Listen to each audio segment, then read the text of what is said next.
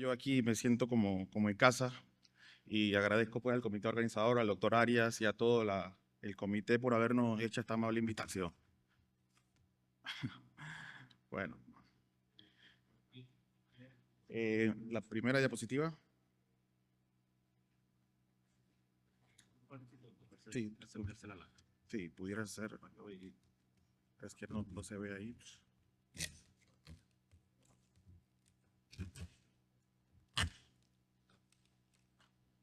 Eso es. Muchas gracias.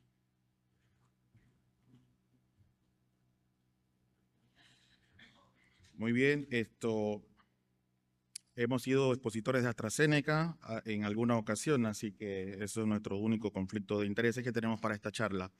El objetivo de mi charla hoy sería básicamente actualizar los conceptos generales sobre el diagnóstico de las estenosis biliares indeterminadas, repasar las diferentes modalidades diagnósticas de la vía biliar y definir desde la evidencia los protocolos correctos adaptados a nuestra realidad latinoamericana y caribeña, centroamericana, criolla.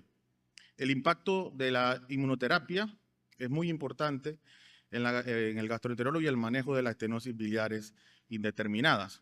Una estenosis no es más que una estrechez en algún segmento del conducto biliar que provoca una dilatación contigua, ¿verdad? Esto puede ser tanto en la vía intrahepática como en la vía extrahepática. Sin embargo, las estenosis biliares indeterminadas son aquellas en donde después de una evaluación básica, hacer una CEPRE, un cepillado, más tomografía, estudios de imagen intraabdominales, no logramos establecer un diagnóstico correcto. Esto se convierte en un dilema clínico muy importante, tanto para el paciente como para el médico y las instituciones, ya que podría llevar a reducir una pérdida de oportunidad quirúrgica en estos pacientes si no se hace un diagnóstico oportuno, o si hacemos un diagnóstico incorrecto, tal vez exponer al paciente a una cirugía con alta morbilidad que no necesita. Perdón. Es que estamos un poquito enredados. Muy bien. Las causas de las estenosis biliares malignas, representan en el adulto el 70% de más o menos de los diagnósticos y las benignas un 30%. Y como les había mencionado, pues en algún segmento del conducto, ¿verdad? Vemos una zona de estrechez, la cual esto representa una estenosis, y hacer el diagnóstico de la causa de esto es lo que hoy vamos a tratar de llegar, de cómo hacerlo de la mejor manera. Las causas de estenosis son diversas, son muchas, son malignas, benignas. Hay un montón de causas distintas y llegar al diagnóstico puede ser muy complicado o llevar un camino muy largo. ¿En qué paciente nos debe preocupar? ¿Hay algún grupo etario de que realmente nos preocupe? Yo solo identifico este grupo, que es los pacientes con colangitis esclerosante primaria. Este es un grupo muy especial que requiere de una vigilancia activa. O los pacientes con cirrosis y secundaria hepatitis B o C crónica también pudieran tener un riesgo más incrementado de tener malignidad de la vía biliar, y estos pacientes tal vez ameriten una vigilancia más activa. Aquí el dilema es que solo el 35% de los pacientes con malignidad de la vía biliar van a cirugía. Es muy bajo. Y lastimosamente el colangiocarcinoma es asintomático en sus estadios iniciales. Y cuando ustedes ven la cirugía representa la gran oportunidad del paciente. Aprovechar esa ventana quirúrgica en un diagnóstico temprano cambia totalmente la sobrevida y el futuro de nuestros pacientes. Llevarlos a una cirugía temprana, ese sería el objetivo primordial. En nuestro país, el diagnóstico de malignidad de vía biliar se ha mantenido estable, aproximadamente 300 casos por año, con un discreto incremento en los últimos años. Me disculpo por no tener estadística dominicana, pero creo que lo poco que revisé es muy similar. Vamos a...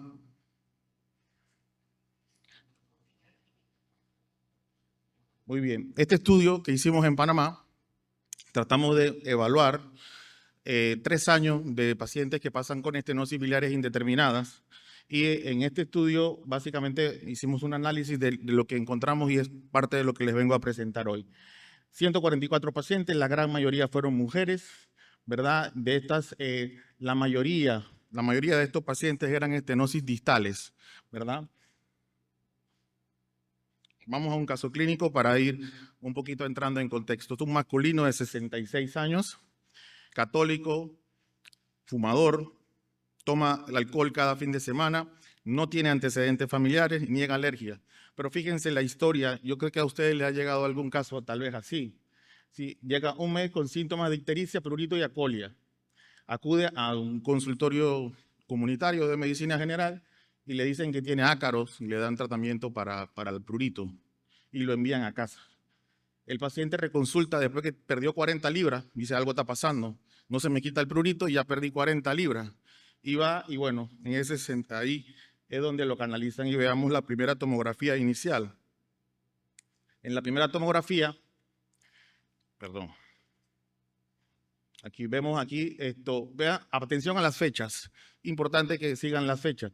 La primera tomografía fue del octubre del 2018 y en este paciente veamos una gran dilatación de los radicales intrahepáticos, ¿verdad? Y hay aquí el segmento iliar está totalmente dilatado, hepato, esplenomegalia con infartos esplénicos, ¿verdad? Ya un paciente probablemente con una enfermedad avanzada, ¿verdad?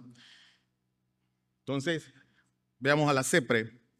Se sometió a colangiografía diagnóstica y para drenaje, obviamente el paciente estaba amarillo, y encontramos una estenosis que vean, abarca más o menos 2 vértebras. Cada vértebra mide 2 centímetros aproximadamente, así que esta estenosis casi mide 4 centímetros.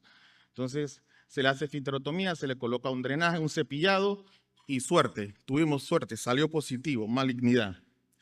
El paciente rápidamente se llama cirugía, se trata de canalizar rápidamente, cirugía oncológica, se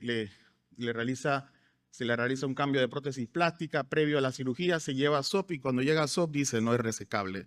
Este paciente pues tiene enfermedad peritoneal, en un estadio 4, lo cierran, le quitan la vesícula y le dicen para paliativo. Entonces aquí se perdió una gran oportunidad. Y atención a las fechas. Agosto del 2024, empezamos octubre de 2023. En agosto del 2024 nos los envía nuevamente para recambio de prótesis. Ya pasó un año este paciente en recambio de prótesis plástica. Mucho trabajo para todos los gastroenterólogos que hacen vía biliar. Entonces, 3 años recambiando de prótesis plástica. En el agosto del 2024 se decidió finalmente, como pasa en nuestras instituciones, conseguimos el insumo y se le colocó una prótesis metálica, ¿verdad? El paciente lleva 6 ciclos de gencitabina cisplatino, buena tolerancia, estable, libre de progresión, enfermedad estable. Tiene un cáncer, pero el paciente funciona, está con su familia, está totalmente autosuficiente, etcétera, no depende de nada. Entonces aquí la primera recomendación, en las estenosis biliares que ya son irresecables, el manejo, sobre todo en las distales, el manejo es una prótesis metálica. Y en nuestro estudio lo dejamos demostrado, ¿verdad? En el análisis de nuestro estudio en Panamá, con pacientes nuestros, criollos, ¿verdad? Las estenosis que se manejaron con estén metálicos tuvieron significativamente mucho más tiempo de patencia. O sea, el paciente mucho más tiempo en casa sin que la prótesis se le obstruya, sin hacer colangitis, sin regresar a la urgencia con mal estado general, fiebre, y entrar en un ciclo de obstruye la prótesis, colangitis, deterioro del paciente, y eso afecta significativamente su expectativa y su calidad de vida. Entonces, en nuestro estudio demostramos que el uso del abordaje correcto, no lo recomendamos nosotros, lo recomiendan todos, eso es algo que ya está claramente en la evidencia, se debe utilizar prótesis metálica en este escenario, ¿verdad? Mejora sobre todo la sobrevida de estos pacientes. Pero ¿qué más tenemos para hacer diagnóstico de las estenosis biliares? También tenemos otras herramientas, ¿verdad?, que contamos a disposición en nuestros países. Y en este caso tenemos el cepillo, ¿verdad?, Esta pinza que ha desaparecido un poco es barata, es una pinza con guía para hacer biopsia directa del colédoco. Ha desaparecido, pero antes estaba en nuestros países, ¿verdad? El ultrasonido endoscópico y la colangioscopía. Y aquí es donde empieza el problema. Los tomadores de decisiones, los que administran los sistemas, los políticos, a veces no nos dotan de las herramientas porque es muy costoso. Y lo que no saben es que eso es al contrario, que evitar hacer un abordaje inadecuado aumenta los costos, y eso pues lo demostró un poquito en nuestro estudio, ya lo veremos más adelante. Entonces, ¿qué tenemos al respecto de la citología? El citobroch, hacer una CEPRE, hacemos la colangiografía y pasamos un cepillo, sacamos células y se la mandamos al patólogo. ¿Qué efectividad tiene eso? Los estudios, la evidencia es ya contundente, 45% de sensibilidad de la citología en el mejor escenario, y la probabilidad de hacer diagnóstico es de un 30%. ¿Sí? Si combinamos la pincita de biopsia que vieron allí con guía, puede aumentar esto un poquito a un 48% con un 43% de posibilidades de hacer diagnóstico. Y en este estudio, que es uno de los más referenciados, la combinación de ambas modalidades puede subir hasta un 60% la probabilidad de hacer diagnóstico, pero estamos teniendo que hay un 40% de pacientes con estenosis biliares que no tienen diagnóstico. Y si no tienen diagnóstico, el cirujano no lo opera y el oncólogo no le va a dar ni agua, nada. Entonces, en este escenario es donde venimos a plantear qué hacer, qué podemos hacer. Y bueno, vamos a repasar otro. Tenemos otra herramienta. De aquí en Dominicana hay gente que hace ultrasonido endoscópico y es la mejor herramienta. Es la herramienta más efectiva, tal vez no la más barata, pero es la más efectiva, y a largo plazo al paciente, al sistema y a todos nos beneficia hacer uso de ella. En este estudio, me gusta mucho, pero es un estudio muy referenciado y es un estudio que es como competencia entre tigre con burro abarrado, ¿verdad? Así lo describo yo. Compararon ultrasonido contra imagen, que es lo que tenemos nosotros. Tomografía, resonancia. La mayoría de las veces es lo único que contamos, lo único que podemos hacer para tratar de hacer diagnóstico. Y en este estudio, ¿verdad? Compararon ultrasonido con biopsia versus CAT versus resonancia. 94% de diagnóstico con el ultrasonido más biopsia versus CAT 30% trifásico versus resonancia 42%.